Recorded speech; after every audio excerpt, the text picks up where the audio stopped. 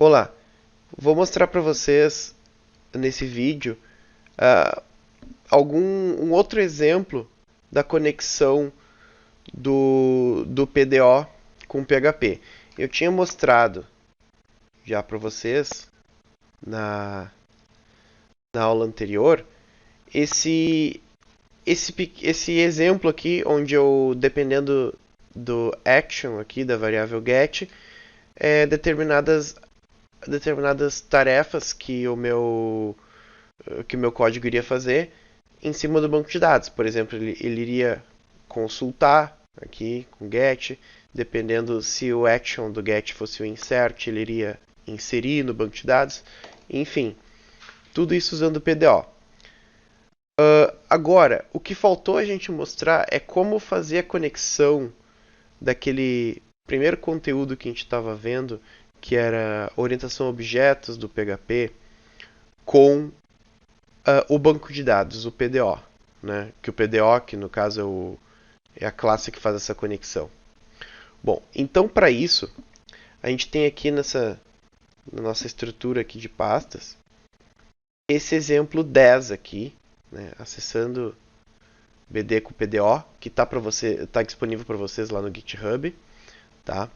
E era o que a gente estava trabalhando na última aula, esse tratamento de exceções do PHP. Fica na mesma pasta aqui, onde eu mostrei para vocês como é que funciona o try-catch. Então vou mostrar para vocês agora o exemplo, esse exemplo 2 aqui desse acessando banco de dados. Bom, para isso, vamos nos inteirar um pouquinho dessa estrutura de pastas. Essa estrutura de pastas ela segue mais ou menos o exemplo daquelas estruturas que a gente estava montando lá quando a gente estava vendo orientação a objetos, tá? Então, aqui eu tenho dentro de uma pasta boot, eu tenho, bom, dentro do consultas tem o source e eu tenho o arquivo index.php aqui dentro do consultas. Dentro do source eu tenho boot e database. E o autoload, né? O autoload eu já tinha explicado para vocês lá atrás como é que ele funciona, né? Mas continuando aqui dentro do boot eu tenho esse config que eu vou falar para vocês logo em seguida. E dentro do database eu tenho esse outro connect aqui. Bom, então para a gente entender como é que funciona isso. Aqui no meu index eu tenho require aqui, boot config e um outro require do autoload. O que tem dentro desse boot config? Se a gente olhar aqui, tem somente a declaração aqui de 4 constantes, tá? Conf dbhost, user, pass e dbname. São 4 constantes que eu defino aqui, que vão ser as constantes para conexão do banco de dados, que é o localhost, né, que é o host, usuário é aula, aí no computador de vocês da escola é o usuário root, como a gente já tinha dito, né? Senha no meu é essa daqui que eu botei, na de vocês é string vazia. E o dbname, né, que eu coloquei para a gente praticar aqui seria aula pw2, tá? pwii. Bom, então lá no meu index, voltando aqui, lá no meu index eu tenho esse require aqui do config php. Aí, se vocês olharem aqui assim, eu tenho essa variável db, que ela está recebendo o que? Source, database, connect, isso aqui. Né? Vamos ver o que isso significa. Então isso daqui dá pra gente ver que é um namespace. Né? Quando eu faço autoload, então ele já transforma esse namespace na estrutura de pastas. Então vamos ver aqui source, database, aí connect, tá? Aí isso daqui indica que ele é um método estático, né? Ele é um método estático dessa classe connect, que a gente vai abrir agora o arquivo connect para ver o que ele faz. Ó, então tá aqui o namespace dele, source database, e aí o arquivo connect é da classe que eu acabei de criar, connect. Vamos ver o que faz essa classe aqui então. Então eu tenho essa constante options aqui, que tem 4. Isso aqui é um array, né? É um array que tem 4 informações. Vou falar sobre eles logo em seguida. Eu tenho instance, que é uma variável privada estática. E aí eu tenho um método estático, olha só, public static function getInstance. Isso aí então significa que esse método aqui, ele vai ser chamado, só relembrando os conceitos aí de orientação a objetos, esse getInstance, como ele é estático, ele vai ser chamado direto da classe sem uma instância, né? Porque lembrando, um método ele é chamado a partir da instância da classe. Agora, um método estático ele é chamado direto na classe sem uma instância dele. Voltando aqui no index, dá pra gente ver, ó, connect, getInstance. Então, eu estou chamando o método getInstance da classe connect. Certo? Então, é aquele método estático lá. Voltando lá para apresentar aqui. Então vamos ver o método getInstance que é o que a gente vai precisar usar aqui, tá? O que ele está fazendo aqui, ó, esse método, ele está verificando empty, no caso é a função do PHP que verifica se alguma coisa está vazio ou não está vazio, né? Self significa a própria classe, né? Enquanto this é a instância da classe, o self é a própria classe, tá? Então, self, dois pontos, né? Instance, o que eu estou dizendo aqui, ó? Esta classe, no caso, self, instance é o atributo, né? Instance é o atributo estático dessa classe, esse daqui. Tá? Então, eu estou verificando se existe esse instance, se ele já recebeu alguma coisa, ele só vai pular fora e vai retornar essa própria instância da classe. Tá? Que essa variável instance não é uma instância da classe em si. Essa variável instance, ela vai receber uma coisa, que a gente vai ver, que é quando entrar nesse if aqui, ele vai receber uma coisa, que seria a conexão com o PDO, né? Conexão com o banco de dados. Mas quando ele não está vazio, no caso esse atributo estático instance, ele vai pular fora e vai retornar o próprio atributo. Para onde que ele vai retornar? Bom, para quem chamou esse método estático aqui. Bom, então, caso ainda não tenha sido colocado nada dentro dessa variável estática, eu tenho um try-catch aqui.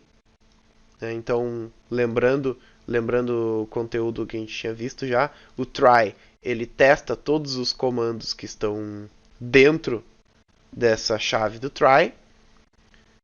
Caso algum comando tenha dado um erro, tenha, sei lá, quebrado nosso servidor, ao invés de quebrar nosso servidor, o comando para ali e ele entra aqui nessa cláusula do catch aqui. Aí nessa cláusula do catch a gente pode fazer uma verificação do erro, o que foi o erro que recebeu, etc. Bom, mas supondo então, vamos analisar o que tem dentro do try. Self instance, então é aquela variável estática, vai receber uma nova instância do PDO. Por que eu estou botando _barra PDO e lá naquele outro exemplo não? Porque lá eu não tinha uma namespace, né? Lá naquele outro exemplo que eu estava mostrando para vocês PDO não tinha um namespace, então eu botava direto a classe que ela fica na raiz do PHP, digamos assim.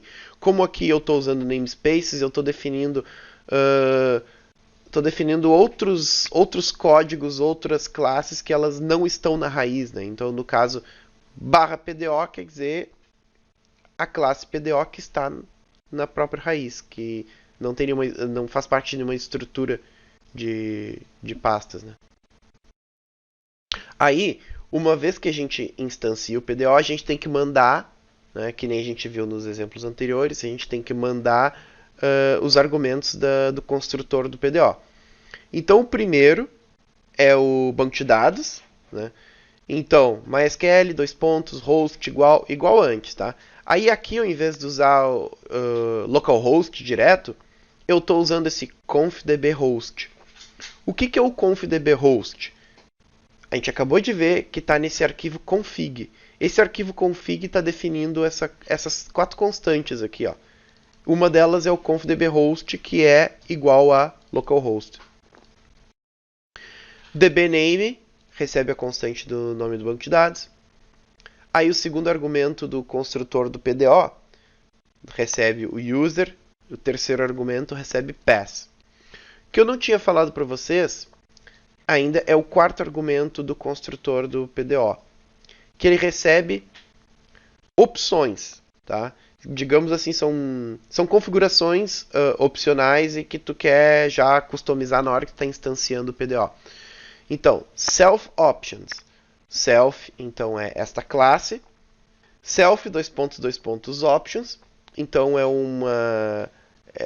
o quarto argumento do construtor, que é opcional, e ele vai receber essas opções daqui de cima, tá? Que no caso, ó, private const options. Então, o self diz que é que não depende da instância, né? É do próprio é da própria classe, tá? Então, agora eu vou explicar o que é esse array aqui. Então, esse options, ele pode receber algumas coisas diferentes. Lembram que lá, quando a gente estava trabalhando com PDO, aí a gente fazia o fetch all, ou então o fetch, aqui eu vou abrir o exemplo para dar uma relembrada, no get. Ó, quando a gente fazia o fetch all, ou então o fetch, a gente colocava aqui um argumento do método, que é PDO, fetch object. E eu tinha mostrado para vocês uma outra opção, que era fetch assoc, que é no caso que ele vai usar um array associativo ao invés de um objeto, né? Tinha falado para vocês aqui. Se tu não botar nada aqui, ele vai usar o padrão. O que é o padrão se tu não definir no teu PDO? O padrão ele vai retornar as duas coisas, tanto um objeto associativo, tanto um objeto quanto um array associativo, né? Agora, dá para mudar esse padrão. Esse padrão tu muda na hora da instância. Vamos voltar ao código que a gente estava falando agora. Aí aqui no options, olha só, PDO, atributo default fetch mode. Aí aqui, ó, PDO fetch object. No momento que eu faço isso aqui, que eu coloco esse par, no caso, esse par de chave-valor aqui dentro desse array, eu estou dizendo que o padrão, quando eu fizer um fetch, é o fetch object. Eu poderia mudar, enfim. Agora, quando eu fizer o fetch all, eu não preciso mais colocar nada no argumento do método, né? Bom, aí tem, por exemplo, aqui é o tipo de... é o charset do banco de dados. Aqui tem o modo de erro, enfim. Depois, se vocês pesquisarem a referência do PDO, vocês podem achar as possibilidades, né, de options que tu pode colocar, definir padrões, tudo mais. Ou tu pode vir aqui no exemplo desse código aqui e simplesmente copia esse options aqui, ou muda aquilo que tu quiser, enfim, vai estar disponível no GitHub lá para vocês. Bom, então entendido o que essa classe connect faz. Quando eu falo connect, getInstance, o que ele vai fazer? Ele vai criar uma conexão com o PDO e vai me retornar essa variável estática aqui, que vai ter a instância do PDO.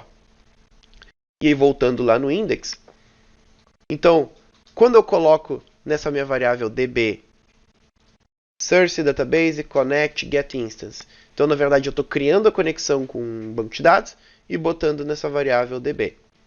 Caso eu chame de novo esse connect get instance, ele não vai criar uma segunda conexão, ele vai usar a mesma que já tinha, por causa daquilo que eu expliquei já lá no connect. Bom, e o que esse código está fazendo? Aqui eu tenho um insert que eu estou fazendo lá na minha tabela users. Aqui, se vocês perceberem agora, as minhas conexões com o banco de dados, agora elas estão envolvidas num try-catch, para garantir que o meu código não vai quebrar caso tenha dado um erro na minha consulta, na minha inserção. Porque é coisa normal de acontecer quando tu está trabalhando lá no back-end e aí a tua consulta no banco de dados ela te retorna um erro. Não necessariamente foi um erro da tua parte enquanto programador. Pode vir um erro porque o campo informado lá do front-end que vem do usuário pode ser algo inválido. E aí tu vai fazer uma consulta e aí dá um erro. E é importante que tu faça um try-catch dessas operações em cima do banco de dados. Né?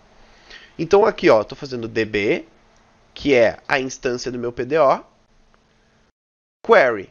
Bom, isso aí a gente já viu. Já viu query, a gente viu exec, a gente viu o parzinho ali, prepare e execute, que é o que a gente vai mais utilizar nos próximos exemplos, por causa daquela questão que eu já tinha falado, da segurança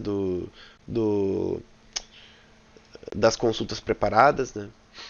E aqui eu faço um vardump mostrando algumas informações. Tá? Vamos lá. Query é a própria query, vai só mostrar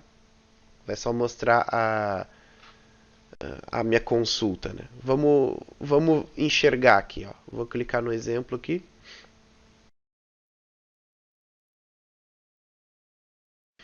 Então vamos ver o exemplo aqui, consultas. Bom, aí apareceu algumas coisas aqui no meu documento. Vamos entender o que é cada uma delas. Então esse echo aqui, insert com query, esse H2 é isso aqui. Então, uma coisa interessante que eu já tinha mostrado para vocês é envolver os nossos vardumps, com uma tag pré. Aí vai ficar mais legível os nossos vardumps.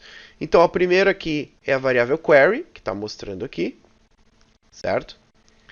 Segunda variável aqui é db last insert id. O que é isso? Isso eu não tinha falado ainda. Quando tu faz uma inserção e tu tem no teu banco de dados, na tua tabela, um campo que é autoincremente, cada vez que tu insere, esse campo que é autoincremente, ele vai sendo um a mais do que o anterior, né? Então, se tu vai, no meu caso aqui, é o 77, que é digamos, o ID do usuário, né? Que é 77.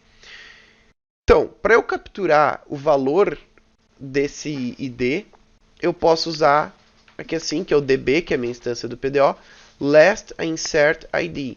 Então eu consigo pegar o valor desse meu autoincremente. Porque como na hora do insert tu não define o valor do ID, exatamente porque ele é autoincremente, então tu consegue capturar ele com esse last insert ID. E o terceiro, query error info. Esse error info aqui é o método do PDO, e ele me traz informações sobre o erro, né? No caso, olha só, ele me retornou esse array aqui, que tem null aqui dentro, porque não houve erro. Agora vamos botar alguma bobagem aqui, ó. Aqui, vou salvar, vou testar. Ó, que aconteceu aqui, ó. Base table or view not found. Claro, porque o que eu alterei foi isso aqui, ó. Insert into barará, coloquei uma coisa aqui. Ele já não encontrou a tabela, então ele já me deu o erro que ele encontrou. Tá. Seguindo então, próximo exemplo. Vamos salvar, deixar direitinho como estava. Beleza. Depois tem select com query. Bom, é um select normal, né? Que a gente já tinha feito no exemplo anterior. A diferença são esse row count aqui. Vamos pegar botar o vardump com pré de novo aqui. E executar. Tá. Então, esse primeiro aqui é o query. Esse segundo aqui é o row count. O que é esse método row count do PDO? Notam que ele está me retornando um valor numérico 1, que é quando tu faz uma inserção, uma consulta no banco de dados, sempre te retorna lá no, se tu quiser testar no Debeaver aí, sempre te retorna assim, tantas rows affected, né? Ele te mostra tantas linhas afetadas, alteradas, sei lá. Então esse row count ele te dá esse valor numérico que é quantas linhas foram alteradas. Fetch all, a gente já viu, né? A gente já viu o que o fetch all faz. Ele te retorna todos os dados da tua consulta num array, né? Que é que ele está mostrando, olha só, está mostrando o valor dessa informação. Seguindo aqui, update com exec, que é essa parte aqui. Aí ele faz um update no banco de dados, update user set names, aí põe um nome, where id igual a 5. Bom, aqui não vai dar nada porque não tem o ID 5, né? Mas a gente pode usar aquele valor lá de cima que retornou 79. Aqui, ó, que era o valor do last insert ID, 79. Vamos mudar aqui. Vamos testar. Se a gente abrir essa consulta no Debeaver, vamos aqui. Eu tenho aqui já um select history from users. Mostrou a tabela vazia. Por que ele mostrou a tabela vazia? Porque logo aqui embaixo ele faz um delete, né? Ó, delete from users where id mark 5. Então vamos comentar essa parte aqui. E vamos executar de novo. Tá. Vamos fazer a consulta no Debeaver agora.